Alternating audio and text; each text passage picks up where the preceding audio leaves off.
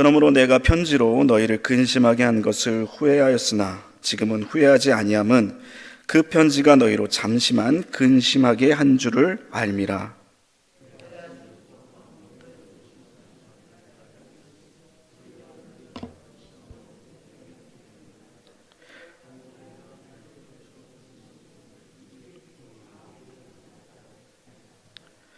하나님의 뜻대로 하는 근심은 후회할 것이 없는 구원에 이르게 하는 회개를 이루는 것이요 세상 근심은 사망을 이루는 것이라.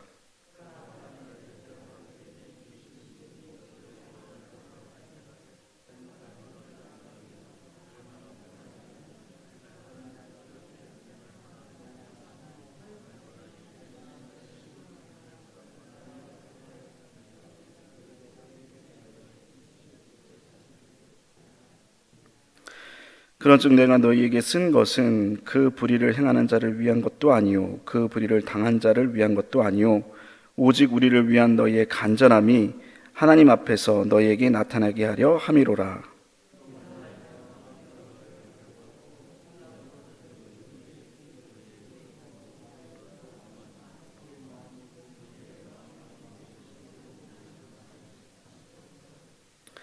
내가 그에게 너희를 위하여 자랑한 것이 있더라도 부끄럽지 아니하니 우리가 너희에게 이른 말이 다 참된 것 같이 디도 앞에서 우리가 자랑한 것도 참되게 되었도다.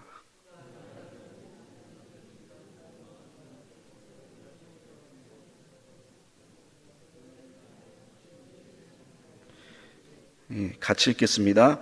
내가 범사에 너희를 신뢰하게 된 것을 기뻐하노라. 아멘. 학자들에 따르면 사도 바울은 마게도니아를 방문하기 전에 고린도 교회를 방문했었다고 합니다. 사도 바울이 마게도니아를 방문하기 전에 고린도 교회를 방문한 이유는 전에 고린도 교회에게 보낸 편지, 즉 고린도 전서의 가르침대로 그들이 신앙생활을 하고 있는지, 그대로 살고 있는지 확인하기 위해서였습니다. 하지만 사도 바울의 기대와는 다르게 고린도 교인들은 달라진 게 하나도 없었습니다. 그들은 여전히 죄 가운데 살았습니다. 사도 바울의 가르침대로 살기는커녕 오히려 사도 바울의 사도권을 의심하고 사도 바울을 비방했습니다. 사도 바울은 이에 크게 실망했고 그렇게 실망한 나머지 마게도니아를 방문한 다음에 본래 고린도 교회를 방문하려고 했던 그 계획을 취소해버리고 마게도니아에서 고린도 교회에게 디도편으로 편지 한 통을 보냅니다. 그 편지가 바로 오늘 본문 8절에 언급된 그 편지입니다.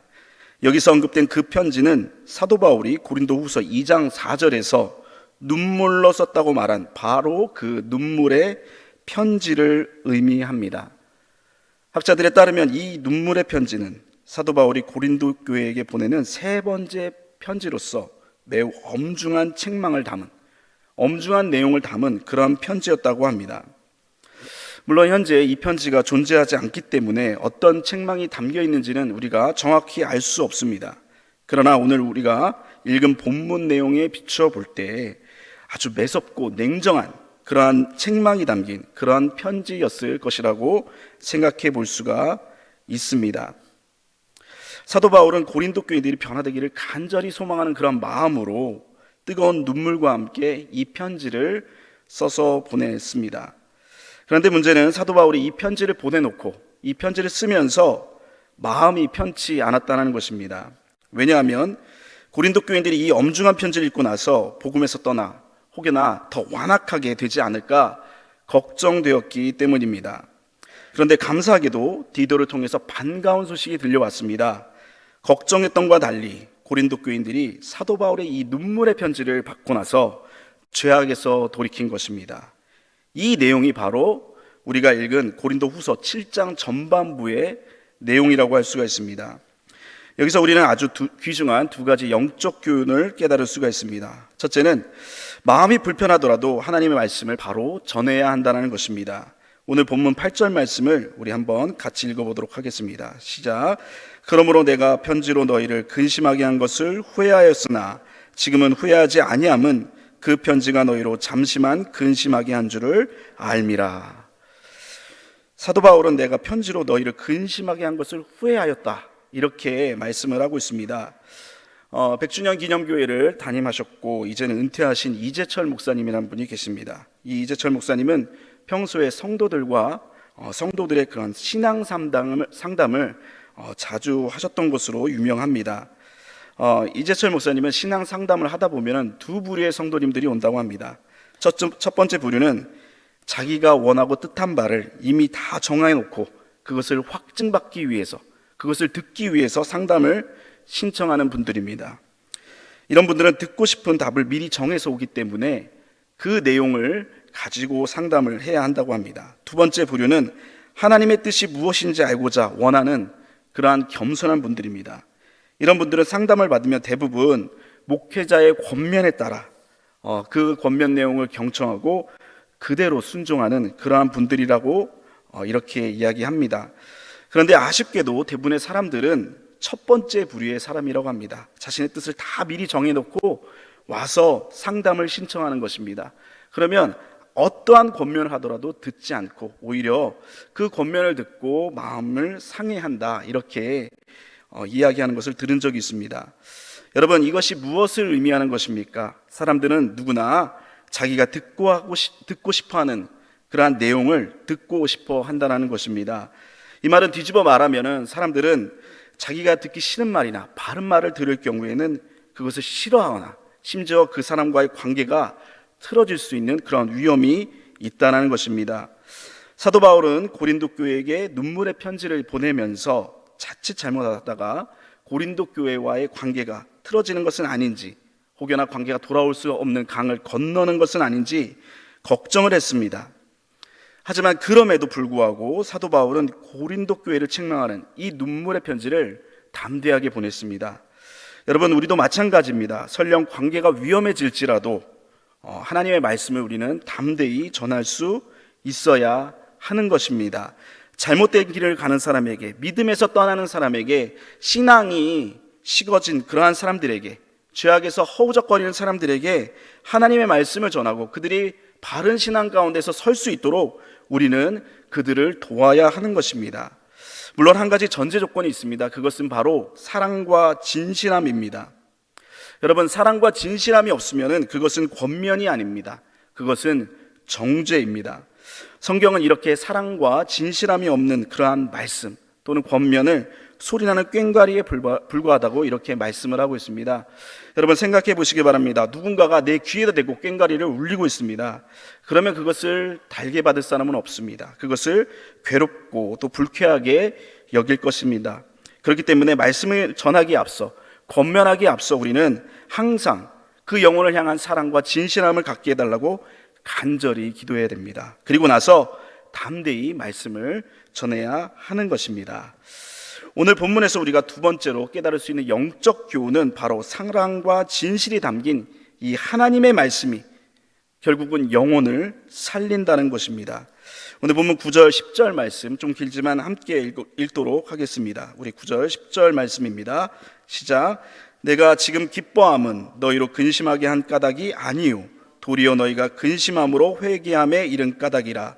너희가 하나님의 뜻대로 근심하게 된 것은 우리에게서 아무 해도 받지 않게 하려 함이라. 하나님의 뜻대로 하는 근심은 후회할 것이 없는 구원에 이르게 하는 회개를 이루는 것이요 세상 근심은 사망을 이루는 것이니라. 아멘. 이 세상에서 근심을 좋아할 사람은 아무도 없습니다. 근심은 사람을 병들게 하고 또 심지어 좀 위험할 경우에는 죽음에 이르게 하기도 하기 때문입니다.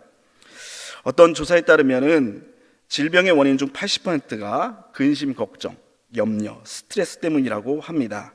그만큼 근심은 우리에게 무익하다 이렇게 할 수가 있습니다. 무익하면 무익했지 전혀 유익하지 않다 이렇게 볼 수가 있습니다. 그러나 오늘 본문은 근심 중에도 유익한 근심이 있다고 이렇게 말씀을 합니다. 바로 하나님의 뜻대로 하는 근심입니다. 사도 바울은 오늘 본문 10절에서 하나님의 뜻대로 하는 근심은 후회할 것이 없는 구원에 이르게 하는 회개를 이루는 것이라고 이렇게 말씀을 하고 있습니다. 여기서 근심은 헬라어로 고통이 주입된, 고통을 주입하는 그러한 상태를 의미합니다. 그러니까 말씀이 죄인의 심령에 임하면 그 심령 가운데 회개에 이르게 하는 그러한 고통이 임하게 된다는 것입니다. 사도행전을 보면 이것을 잘 보여주는 사건이 있습니다. 바로 디아스포라 유대인들이 회개한 사건입니다. 사도행전 2장 37절 말씀입니다. 그들이 이 말을 듣고 마음에 찔려 베드로와 다른 사도에게 물어 이르되 형제들아 우리가 어찌할꼬 하거늘. 아멘. 오순절 날에 베드로는 디아스포라 유대인들을 향해서 그들 앞에서 너희가 무지하게 죽인 예수 그리스도, 그렇게 죽인 예수 그리스도를 하나님께서 이 예수님을 죽은 자 가운데서 다시 살리시고 주와 그리스도가 되게 하셨다고 이렇게 설교를 했습니다. 그렇게 선포했습니다. 그러자 3,000명이나 되는 그러한 유대인들이 회개하고 돌이켰습니다. 사도행전은 이때 유대인들이 우리가 어찌할꼬라고 이렇게 반응했다고 외치고 있습니다. 가르치고 있습니다. 말씀이 임하자 그들 심령 가운데 죄책감으로 인한 고통이 주입되었고 그 고통이 그들을 회개에 이르게 한 것입니다. 여러분, 고린도 교인들도 그랬습니다. 고린도 교인들은 사도 바울의 편지를 받았습니다. 그리고 그 편지를 받고 마음에 근심했습니다. 고통 가운데 빠지고 근심했습니다. 하나님의 말씀이 임하자 마음속에 고통이 주입된 것입니다. 결국 그들은 자신의 잘못을 인정했습니다. 그리고 죄악에서 돌이켜 회개했습니다. 하나님 말씀이 그들의 심령에 임해서 그들의 영혼을 다시 살리신 것입니다. 여러분, 우리도 마찬가지입니다. 우리가 사랑과 진실함을 담아 말씀을 전하면 그 말씀이 직접 역사합니다. 말씀이 그 심령 가운데 고통을 주입하여 회개하게 이르게 하는 것입니다. 혹시나 주변에 잘못된 길을 가고 있거나 혹여나 예수님을 몰라 죽어가는 영혼들이 있습니까? 그들에게 사랑과 진실함을 담아 말씀을 전하시기 바랍니다. 간절히 전하시기 바랍니다. 잠시나마 근심 때문에 관계가 서운해질 수는 있지만 그 말씀이 결국 그들의 영혼을 살리실 것입니다. 말씀을 정리합니다. 2000년 전 사도 바울은 죄악 속에서 허우적거리는 고린도 교회를 향해 눈물의 편지를 보냈습니다. 얼마나 매섭고 냉정했던지 고린도 교인들이 고통스러워할 정도였습니다. 사도 바울조차도 이런 편지를 보낸 것을 후회했습니다. 하지만 고린도 교인들은 사도 바울의 편지를 받고 회개했습니다. 사랑과 진실함이 담긴 말씀이 그들을 살린 것입니다. 여러분, 우리 주변을 보면 예수님을 몰라 죽어가는 영혼들이 있습니다. 또 예수님을 알지만 그들의 신앙이 식어서 잘못된 길로 가는 그러한 이들이 있습니다. 이런 사람들에게 복음을 전하고 그들이 바른 길을 갈 수 있도록 권면하는 것은 결코 쉽지가 않습니다. 혹여나 관계가 단절될까 또는 사이가 껄끄러워질까 두렵기 때문입니다. 하지만 그럼에도 우리는 사랑과 진실함을 담아 믿지 않는 이들에게 또 잘못된 길을 가는 이들에게 복음을 전하고 말씀을 전해야 합니다. 그러면 말씀이 그들을 변화시킬 것입니다. 우리 모두 이런 변화를 소망하며 또 말씀을 전하는 복된 인생 되기를 축복합니다. 기도하겠습니다. 거룩하신 하나님 아버지, 귀한 날 허락하여 주시고 이렇게 말씀과 기도로 이 하루를 시작할 수 있도록 인도하여 주심에 감사드립니다.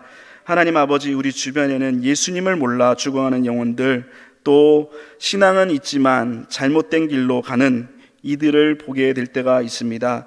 하나님 아버지, 우리에게 말씀이 임할 때 사랑과 진실함을 담아 그 말씀을 증거할 수 있는 은혜를 허락하여 주시옵소서.